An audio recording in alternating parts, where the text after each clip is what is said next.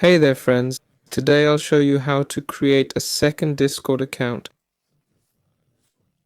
First, open any browser and search for Discord.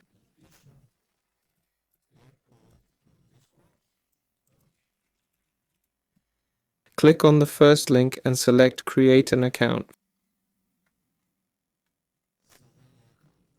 Find and click Login. Now click the Register button. Let's create some random account.